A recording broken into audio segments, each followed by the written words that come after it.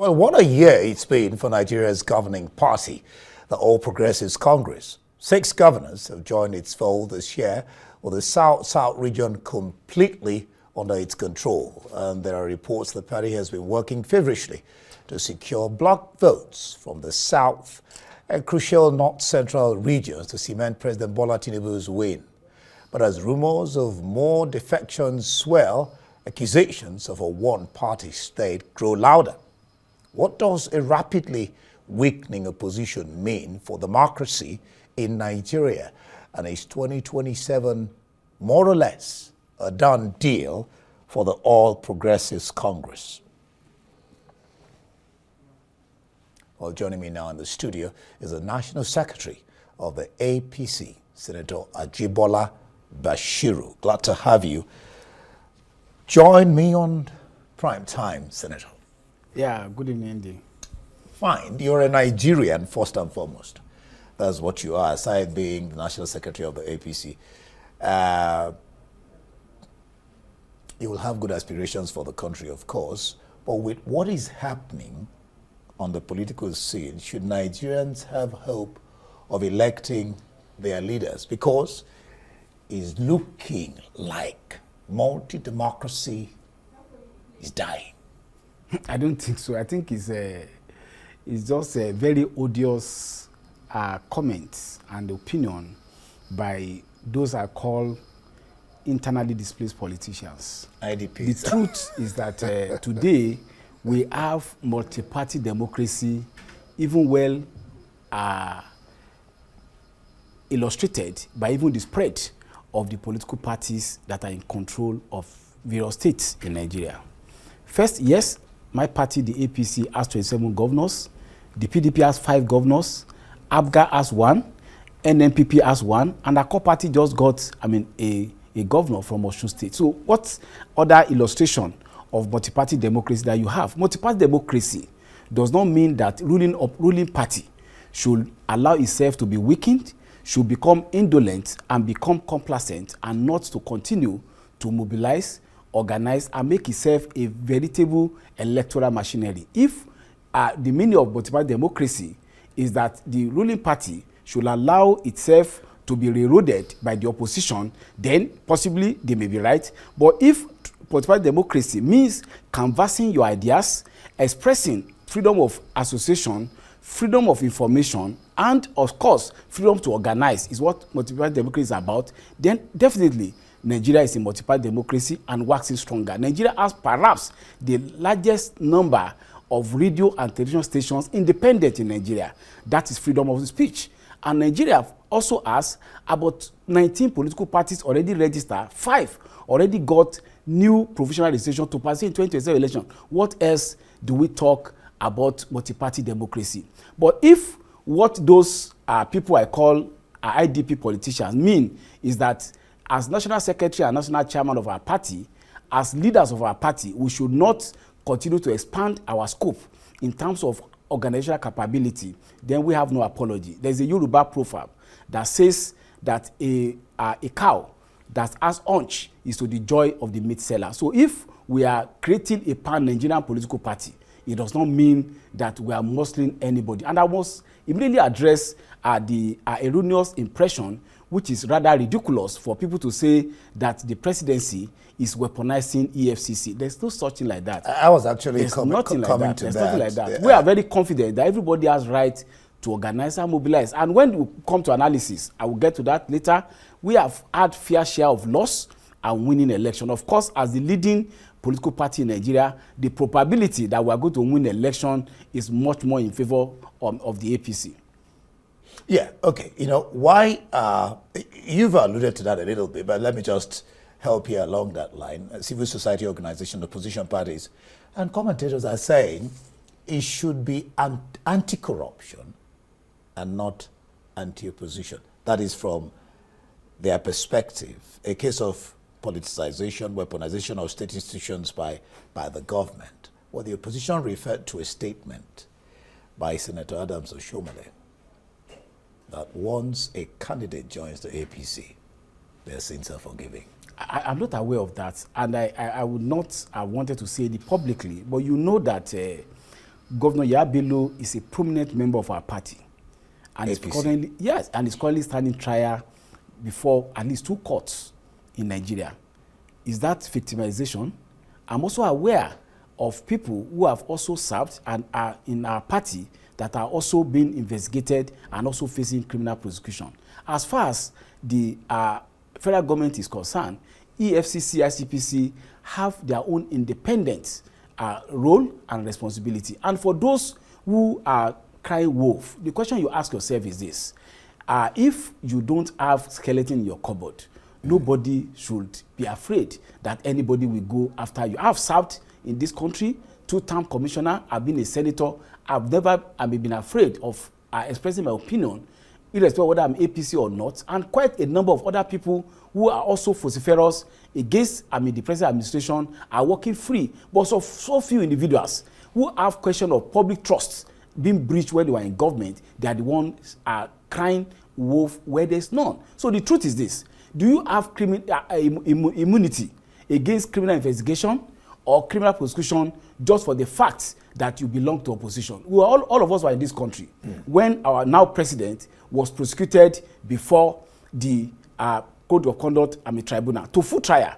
We were also in this country when the present NSA said during the Ambassadorial's government that the present president of Nigeria was the most investigated person by the anti-corruption agency. That did not stop Bola Ahmed Tinubu for continue to organize and mobilize the opposition until they were able to get government in 2015. So if you don't have any problem with you being in breach of public trust, why you don't have why you crying. So the question you ask them is this: why are they crying? Yeah, but in any event, EFCC will only do investigation.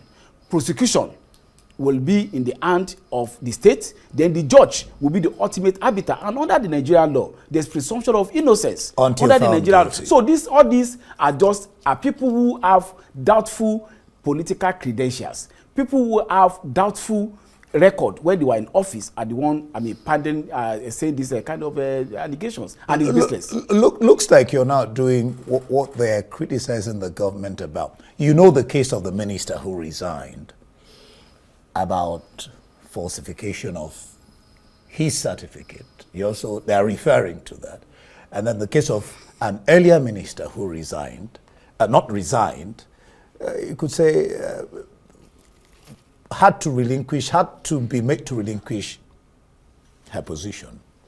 Nothing has been heard about them in terms of prosecution, in terms of the EFCC. So they're saying that what the government is doing is a selective corruption trials. That's what they're saying. Let me take the argument to the logical conclusion. Okay. Is to say that because, for both of argument, that a criminal is not being tried, a fellow criminal should have immunity. I think that is the simple argument. No, you have said, remember you said, no, I'm just coming. I'll go to that. I'm coming. Remember you said, because you said criminal. You're not found guilty. You're not. Yes, I'm just saying. I'm making analysis. I'm not saying, I'm not calling anybody a criminal. Okay. I'm just saying that somebody who is a criminal saying I should not be prosecuted because XY said I don't be prosecuted. Does that give you immunity against criminal prosecution? First. Then secondly, those people you have said, there is no limitation to criminal prosecution. There's no limitation. So the fact that those people you mentioned are not being prosecuted now does not mean that they will not be prosecuted.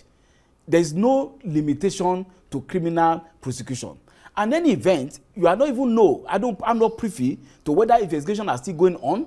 I'm not privy whether there are processes that are still going on in that regard. Some of these people that are being called to come and account for what they have done, years had passed before they are coming. So, and there is also temporal dimension to what they are being done. So what I'm saying is this: there is no harassment of anybody. Anybody who is a Nigerian, who has served creditably with clean record, there is no basis for him to sleep and then be afraid that anybody will go about him on account of his political consciousness. But the fact that you are a politician, either within the APC or outside the APC, if you have doubtful record, then that's the basis when you are to be called to question. And you cannot now get immunity to say that because you are doing that. Then now let us go to issues.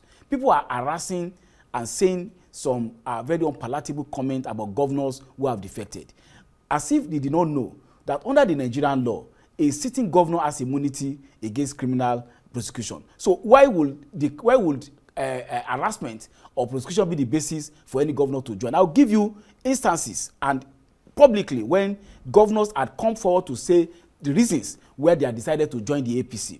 In Bayelsa, on live television, Governor Diridoye mentioned 4 important factors why he decided to join the APC. First and foremost, he said that as president of the Joy Youth Council, they had been making agitation for the coastal road, and successive government had refused to do same. This government has started doing same.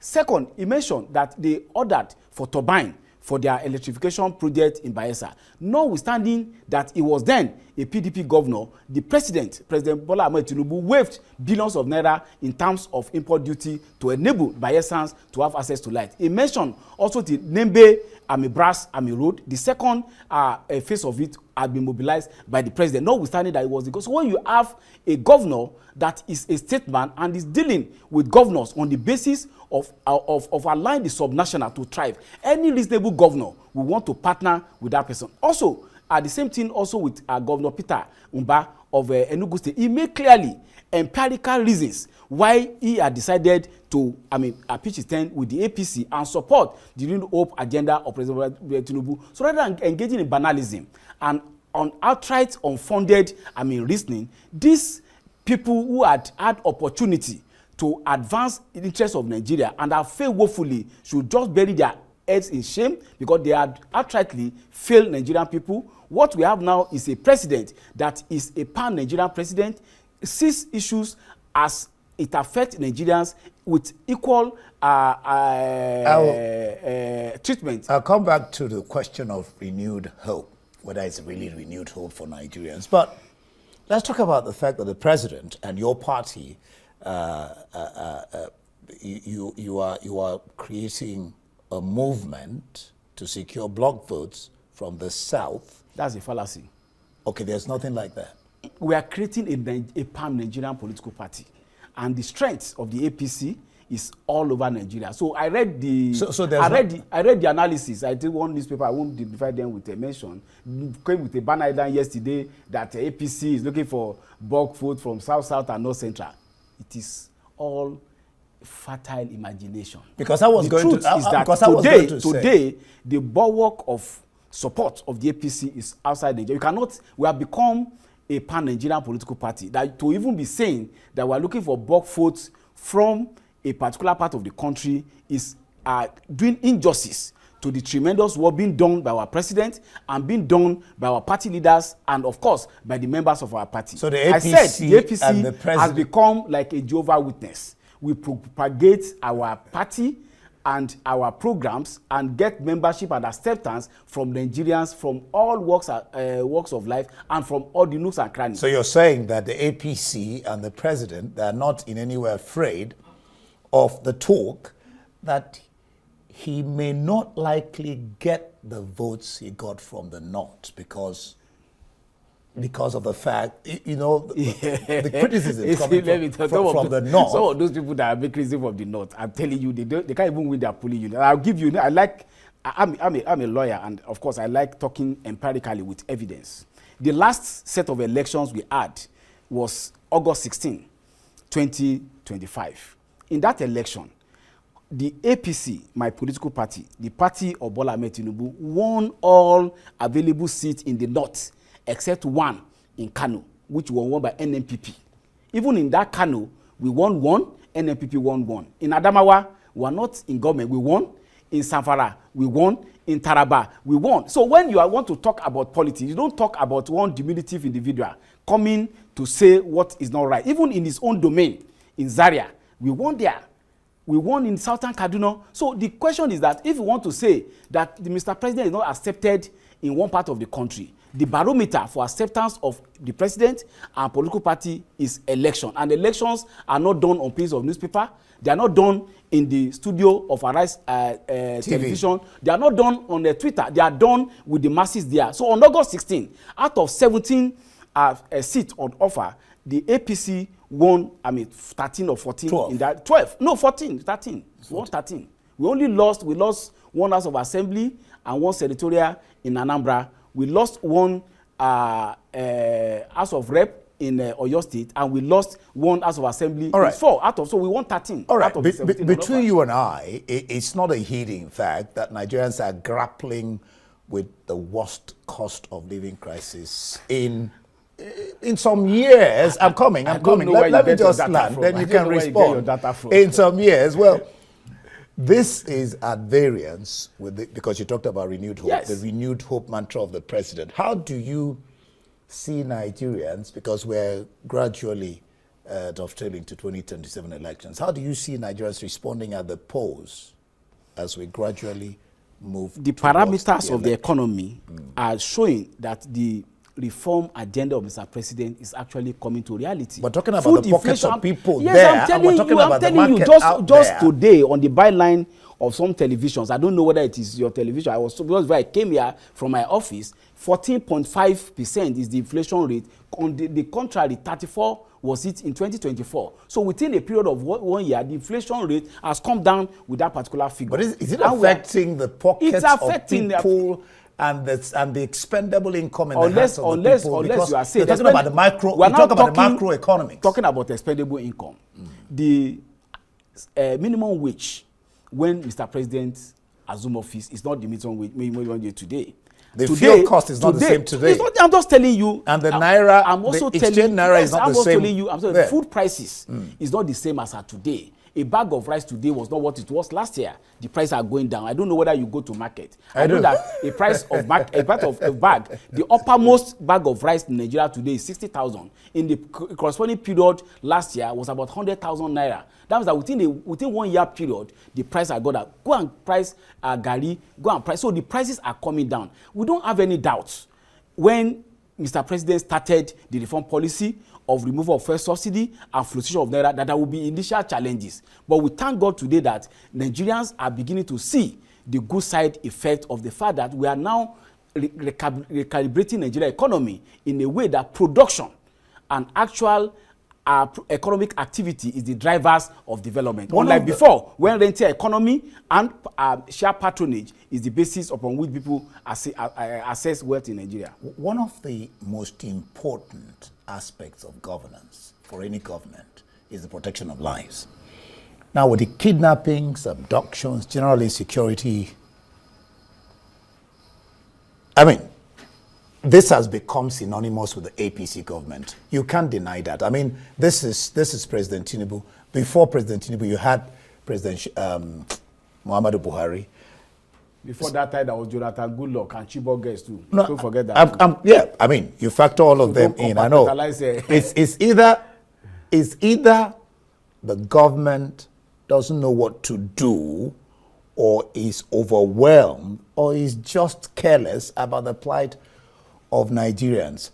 How do you respond to that? Because it just keeps on. No, it's not. You see, we must. You see, Indy, I like speaking to facts and not making acid generalization, which will be fallacious and, I mean, with respect, will be illogical. Senator, we know the kidnappings and the abductions that have happened in recent times. Let us look at it. You see, you are talking of Nigeria that has 36 states and 774 local governments. So let us start. What was the baseline assessment of insecurity when President Bola Tinubu became government? The entire southeast region was impassable, and anybody that cares to be truthful will be able to do so, because the unknown so-called gunmen and the IPOB were on rampant. Today, the southeast has been stabilized, and there's, I mean, a serious, I mean, peaceful situation in the southeast.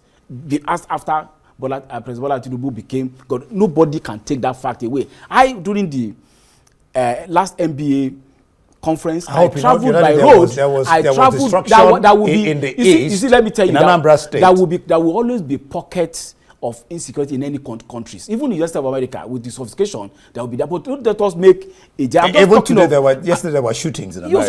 So let us speak to facts. I'm not saying there were no challenge of insecurity, but there have been quantum advancements in terms of region by region treatment of security. The southern Kaduna was almost an impassable territory before President Bola Tinubu came into it. We have been able to make advances in that regard. Now people travel by road in some of these corridors. Yes, quite unfortunate. There was a kind of exacerbation of the problem of kidnapping and banditry immediately after the statement made by the president of United States about genocide and CPC. Like that. So there may be some form of connection between people trying to weaponize insecurity, but that is not an excuse for any government. Our own is that we are doing our best to ensure that we use both kinetic and not kinetic activity to reduce problem of insecurity. But to say that we have not made advancement in the past 2.5 years that Bola Tinubu administration had come into being will not be correct. But to say that we have been able to totally address the problem of insecurity will also not be correct. We say it's a lingering problem that we continue to confront, and then we are very, very serious and very committed in being able to do so. All right, so maybe we'll come back to politics, but let's talk a little bit about the foreign policy of this government. I had a lecturer here on politics say that, of course, we know that charity begins at home, that Nigeria has to first of all deal with its. Does Nigeria have a policy to deal with before you talk about abroad? There's been talk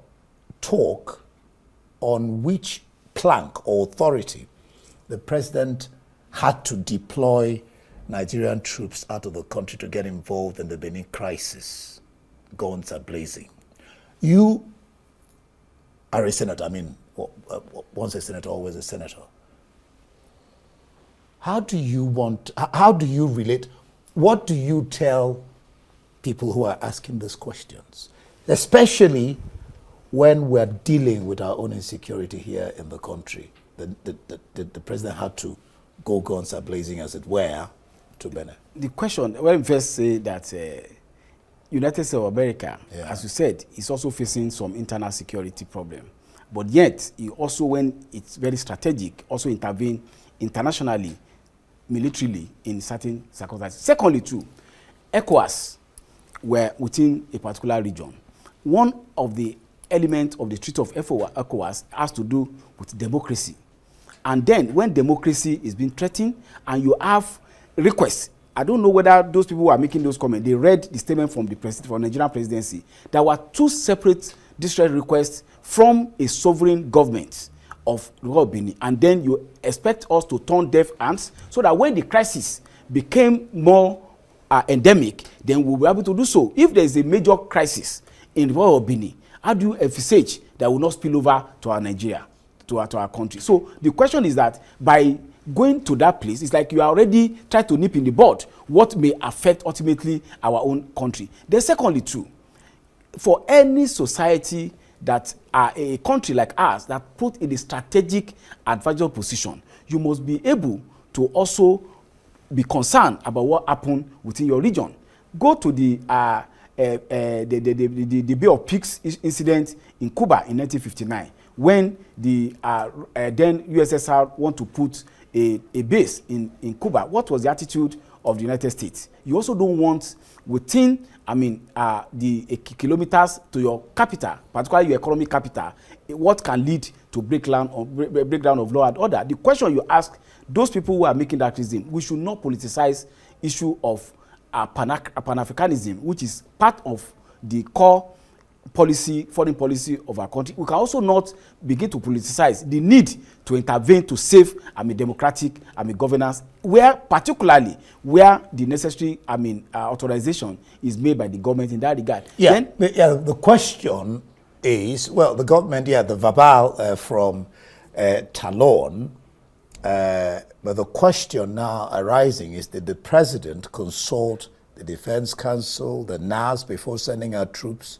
to Benin? Shouldn't he have done so? Or was he doing that outside the Constitution of Nigeria? That has been ratified the following day by the National Assembly. I don't know whether you are aware. You see, the question you ask yourself, the question you ask yourself is this: you have a loaded gun in your bag, and there's an armed robber knocking on the door. You call for permission before you're able to do so. So to wait, time is essential in terms of intervention in such a kind of matter. And we are also going to say that we are very proud of the Nigerian military for their gallantry and being able to nip in the bud what would have been a catastrophic destabilization of a neighboring country by Nigeria. If you know the cost to Nigeria of destabilization of Libya in terms of what it has done in giving impetus to the Islamist jihadists, then you know that such matter is not a matter that you just say it is only Nigeria you want to be concerned. What happened in the Sahel